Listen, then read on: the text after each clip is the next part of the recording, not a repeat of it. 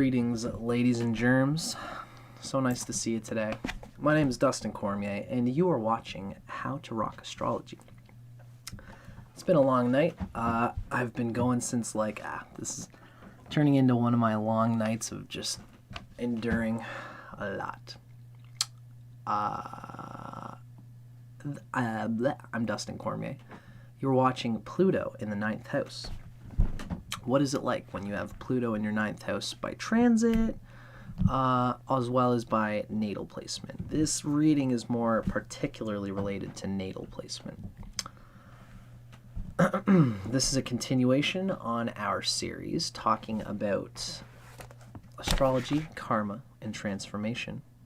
It's a book by Arroyo, giving a really grounded sense of what all the outer planets mean in transformation as relates to karma and our reincarnating energy, our complexes of psychic energy as well as genetic data of unconscious impulses which we employ and take for granted lifetime after lifetime that build up into a complex of shadow dimensions that we have not dealt with for so long that now we're meeting confrontation in this incarnation about this field of life, in this case being the 9th house. So, Pluto being in the 9th house, there's actually there's a real positive potential expressed here. Of course, no matter what, there's never a inherently good or bad placement of Pluto or any of the outer planets in a chart. They're kind of like psychedelics. They're kind of like acid or something, or mushrooms. They amplify the consciousness that you put them into. Meaning that even though the 9th house is a more positive place for Pluto, if Pluto is ill-placed, if it's got negative malefic aspects from malefics, if it doesn't have support from benefics, if it's got tense aspects to planets, and especially if the Lord of the 9th house, the sign which rules, the planet that rules the sign that Pluto's in, if that's not healthy, then this 9th house, which is supposed to be a beacon of hope for everybody's chart, the 9th house is like everybody's get out of jail free card. It is their inspiration. It is a planet that brings us luck. Whatever the Lord of the 9th house is, wherever it's placed, especially if it's in an angular house, we engage ourselves in activities that engage our luck, for better or worse. And if you have a well-placed 9th house, again, if everything's going good with Sagittarius and Jupiter and the things all related to the 9th house, then this Pluto will find a positive expression. But if it's not, if the 9th house isn't good, if you don't have a good sense of faith and connection to your culture, connection to your family, connection to some kind of role that you play in life that's meaningful and filled with an ethic of inspiration and fulfillment, some kind of drive that you have that draws you to see the big picture that you constantly cultivate. If you don't have any of these things, Pluto is going to make you want these things. It's going to make you feel out of place. It's going to make you feel like you have no luck, like you have no inspiration, and you could just deal in your reality as it is, but you could be tripping over the need to feel inspiration, the need to have a reason to go through life. And Pluto can make you just depressed in the 9th house if you don't have these things. But the 9th house, again, is typically, it's considered a good house. This gives Pluto a natural relationship with the ascendant sign, because the ascendant will always, by Vedic rules or whatever, I digress. Like your 9th house cusp could be anywhere, but I'm thinking of Pluto being in the 9th sign from the ascendant. If you're a Leo rising, then Aries is probably typically going to be your 9th house, which means that in this case, the Pluto is in a sign whose element is the same element as the rising sign. This is the best of the 9th house energies that we can bring out. But even just touching the 9th cusp still brings out these positive qualities. in Pluto. It gives you a faith that you can enact Pluto's, what Pluto is. Gives you the faith to merge with people, to have a sense of power over others, which can be a little too optimistic at first, usually. They can be a little too excitable about granting yourself the ability to have power over other people. Pluto relates to power, and the ninth relates to inspiration, meaning, purpose, and fulfillment. So you might find meaning and purpose in power, in having power over others. This can be positively employed, and it usually will be, because again, the ninth house is a lucky place for any planet, typically. So long as you don't sabotage this whole thing by having a really ill aspects to Pluto and ill aspects or ill placement to the ninth lord, to the planet that rules the house that Pluto's in here. Now, Pluto, again, is never inherently good or bad in any sign. It has to do with the situation of Pluto and the planets that it's associating with here. With Jupiter kind of in particular, if you have a good placement to Jupiter, or if Jupiter is enshrined to this Pluto, especially if Pluto's in the first house or the fifth house and it's enshrined to the ninth house, it's going to be incredible for unraveling and helping this Pluto to get what it wants, which is essentially a faith in life, a movement towards experience in life despite not having enough data. Pluto here, the opposite, the pole to the Pluto here is in the third house. Pluto always has this funny relationship with the house that's opposite the house that it's in. And this depends, how this plays out depends on the rising sign and what houses are being, what signs are being interacted with through this house axis. But essentially, when Pluto's in the ninth, the person has to learn to cultivate faith in themselves. And what might spur this faith to explore is the frustration of not having enough data, not having enough energy. This person might feel insecure until they get enough data and they can communicate and have the freedom to talk about things so that they can't just take anything for granted. They don't want to act on faith. They don't want to act on an inspired sense that anything that they do is going to be the proper thing in the long galactic run of things. So they stop themselves from engaging with people, engaging with love, engaging with marriage, engaging with their talents, engaging with other people joyously for its own sake. Pluto in the ninth, even if it's good, well-placed or not well-placed, will cause a lack of faith and a suspicion with engaging with the world, a suspicion with having a purpose in life and religion, suspicion of religion and theology, and a big picture perspective on life. And if Pluto is well placed, the early life of not being faithful, of not being inspired, sometime in life they will have an experience of what inspiration is, what it means, and why it's important. It'll crop up because this energy has not been engaged, because lifetime after lifetime in past lives they've not been used to dealing with inspiration. They've only dealt with facts, resourceful data that they can accumulate and communicate through a limited sphere of experience that only comes from books and from familiar relationships with siblings, with the family that they've always known. If anybody is different from the way they've interacted with their siblings, perhaps, because the third house relates to siblings and co-borns.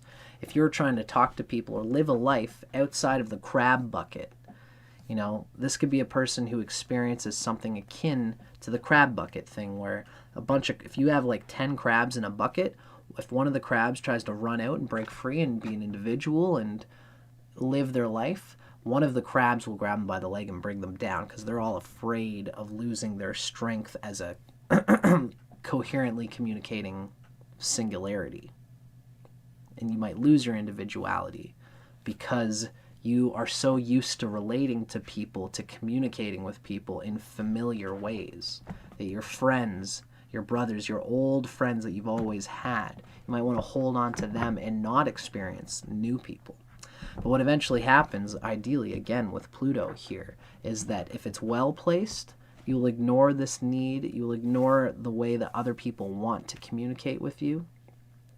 And you'll ignore the Sagittarian globetrotter, the freedom to try out all the crazy wild things that life has to offer. You'll learn through depression or through something in life that just cracks through and says you're either going to kill yourself or you're being forced through your job, through a lover, to embark on an opportunity to experience everything that you've been limiting yourself from. Pluto is going to force you to experience it. And once you get the taste for what's outside your limited frame of conception, you're going to really want to see how much you've been limiting yourself and what else is out there. Until you have the experience that breaks you out of it, you're like a fish in a fishbowl. And the fish doesn't know that it's in a fishbowl. It just swims its familiar laps and says, look at all this world. Look at all that I have to explore in this small little space that I've given myself. There's an infinity of ways to think about the stitching on my shirt, or how do I look in my closet with these clothes. So you might define your best sense of clothing by the clothes that's in your closet, and you might go 15 years thinking, I look really good with this dress and I look good with this dress but not this dress, and I don't like brown because I don't like how I look in this dress. You might have this crappy brown dress and you put it on and you say, yeah, brown is just totally not this does not make me look attractive at all. Now you go to a friend's house and you're doing like a dress-up party or something like that, and your friend has a wonderful brown dress that actually does compliment you. And you put it on with all your friends and you show all your friends, and all your friends are like, look how good that looks. Oh, it defines your hips. But you're like, nah, it's brown. You guys, every time I've ever worn that brown, it's brown. You guys must be crazy. I feel like an idiot wearing this. Meanwhile, that is actually a good thing. And your friends, if your Pluto is well placed, you will experience how good that conception that's beyond your limited framework of understanding. You'll experience why it's good, why it's delicious, why it's different.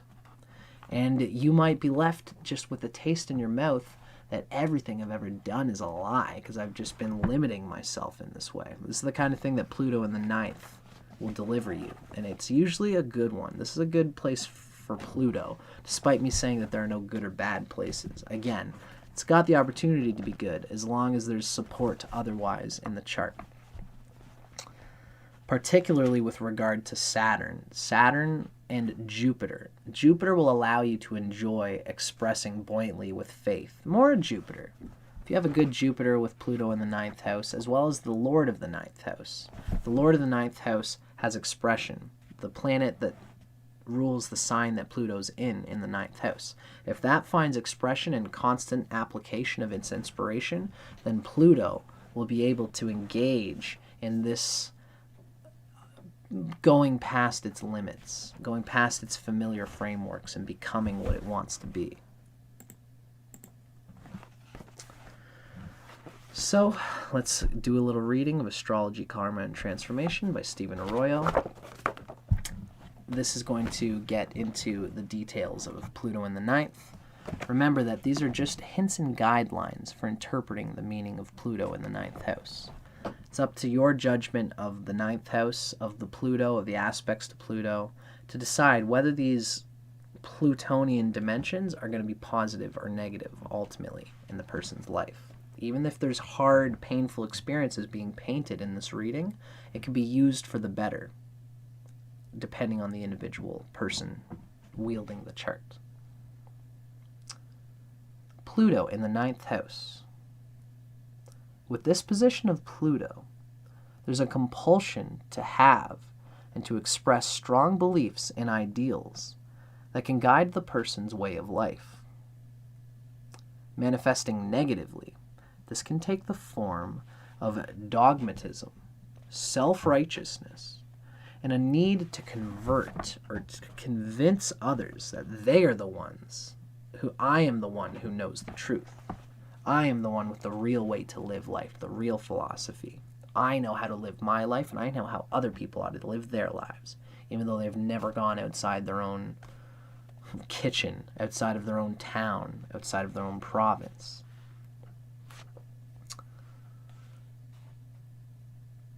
In order to transform this tendency, these people with Pluto in the ninth should realize that, as Carl Gustav Jung wrote, one person's salvation is another person's damnation. And they should let go of the desire to prove their beliefs to themselves by preaching to others. It's like they have this desire to preach to others about how life ought to be lived, and they hope that when they see others' eyes lighting up, that they feel, oh look, I'm getting a reaction, which means maybe I do know what I'm talking about. And that's how they try to convince themselves, and this is an ugly habit because it's the blind leading the blind at that point. They're trying to convince themselves that this is a good enough way to live their life by seeking people just being like, yeah, sure, I guess that'll do, or seeking acceptance of the way you are by your family, for example. You could live a reflection of your family's wet dream of the perfect unfoldment of their cultural ideals through you. Your parents might live vicariously through you, and you can keep telling yourself that, yeah, this is my belief, this is my family belief, and my parents like me doing what I'm doing, so I don't need to explore further as to whether the life I'm living is the best for me. Because I'm taking for granted that other people think that it's a good thing, when in reality, you have no lived experience of your own philosophy, and you're going to seek it eventually if you keep up this pattern, right? With this Pluto position, we also find that as the years pass, the person has profoundly deep experiences which serve to reorient his or her attitudes about God, truth, and the value of human life.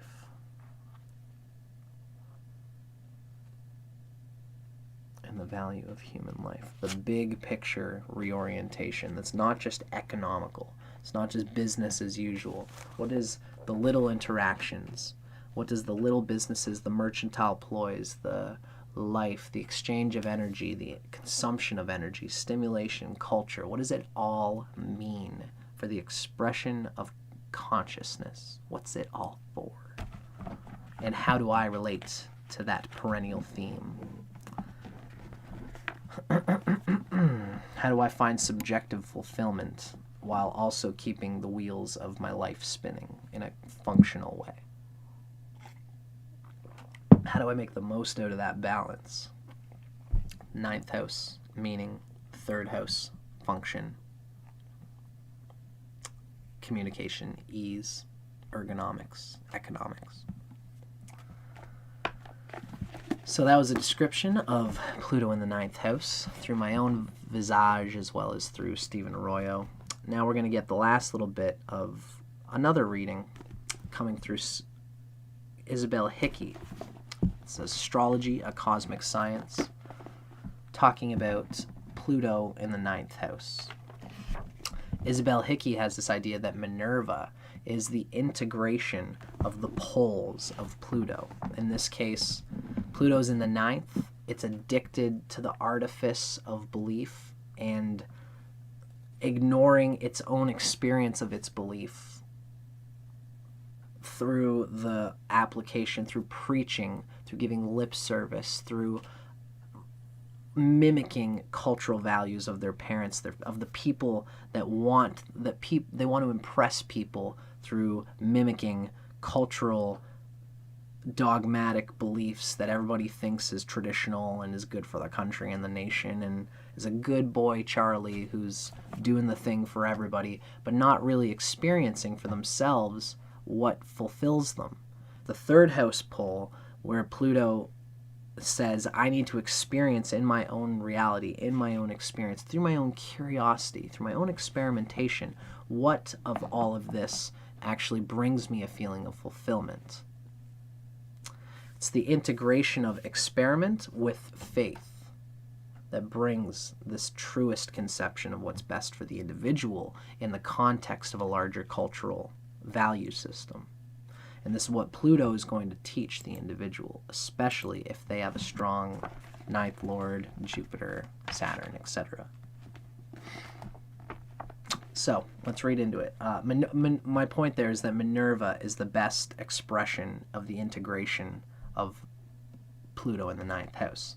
Pluto means the ill karma of being addicted and forcing your head and forcing your beliefs and not having the lived experience of what it means. Pluto is the reincarnating neuroprogram, the ill unconscious attachment to the shadow, where Minerva is the conscious employment of that karmic energy, the transmutation of that dogmatic reactive grip on philosophy, transmuting it into a positive faith in experimenting and having fun and jabbing at people's beliefs and taking your own beliefs lightly while also taking them seriously, taking other people's beliefs and blending them in the opal light of the shared religiosity of the new age of true religionlessness and just pure truth, peace, and love between each other.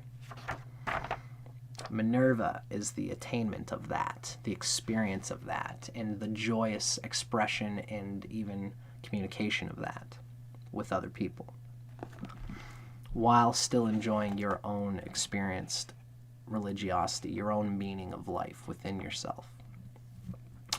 So I digress. Well, I guess I should say a good Pluto and a good ninth house lord will be able to express that positively, whereas a Pluto that has more difficulty will have a harder time facing the confrontation of your taken for granted beliefs with other people's questioning and prodding and asking and experimenting and socializing and debating and conversing. When you talk to other people, you'll get nervous because you haven't figured out what your beliefs are. So I could go on about it, but let's hear Isabel Hickey's description of Pluto in the ninth house.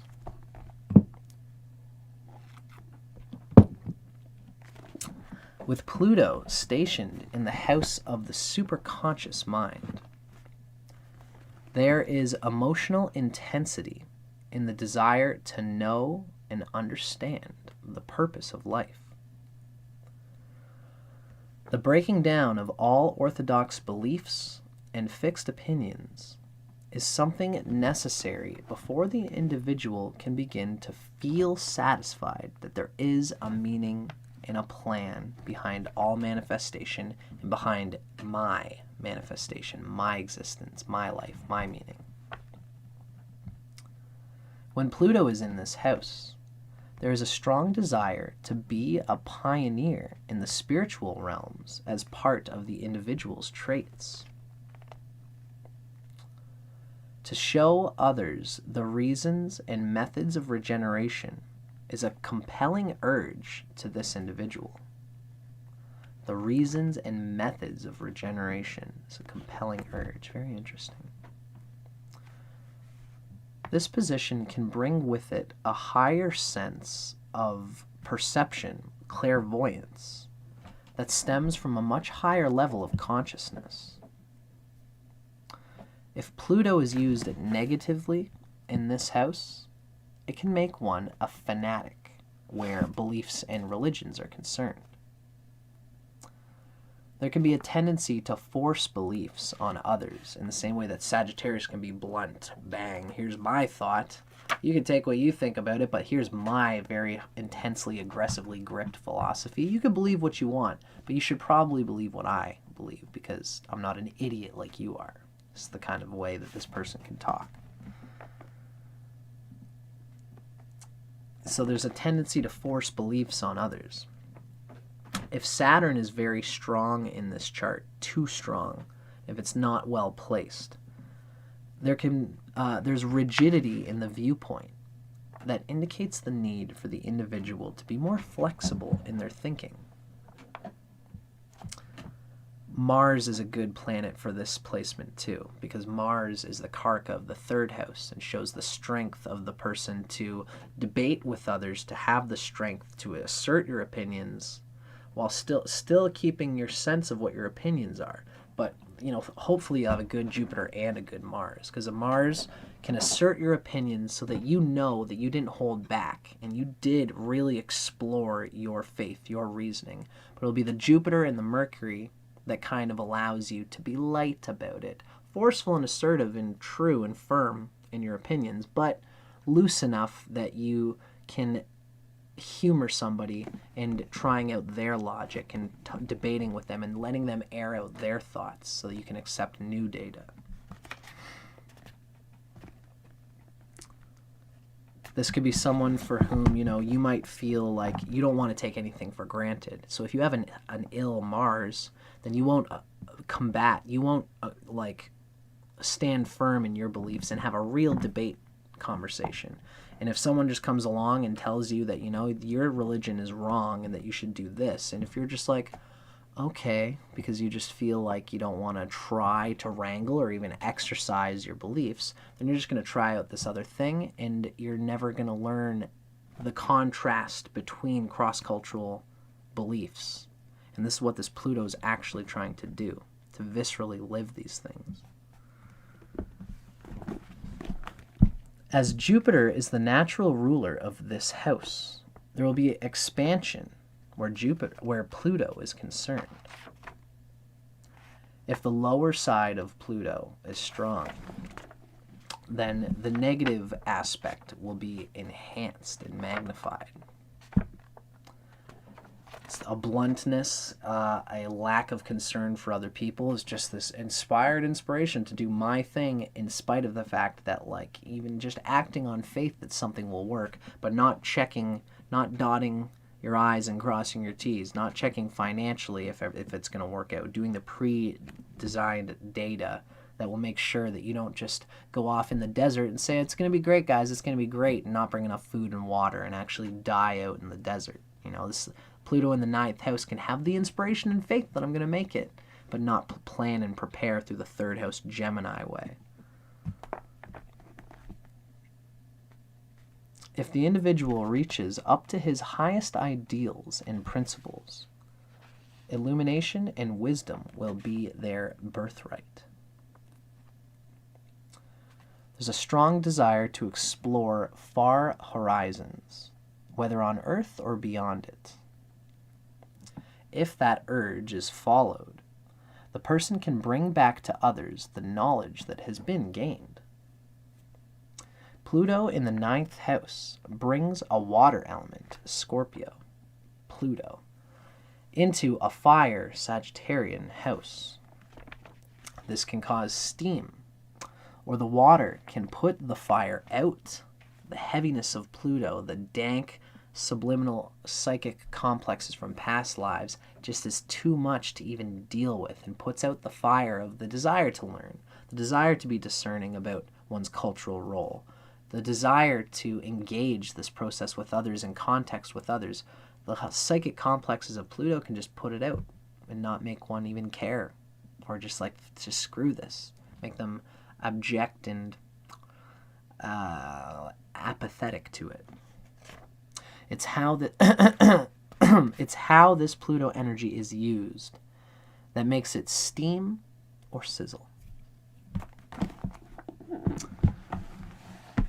Makes sense to me. Hope it makes sense to you guys. That was a good one to read up on. Pluto in the 9th is always an interesting theme. The 9th house theme is always interesting in any case.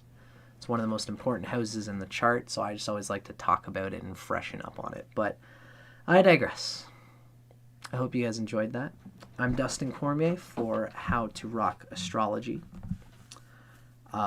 Today has been a long one, and this video was a long one, just like they all have been for this little thing. But that's how it rolls. Once I get my intuition going, I just love to get the most that I can out of it. I'm inspired to do it.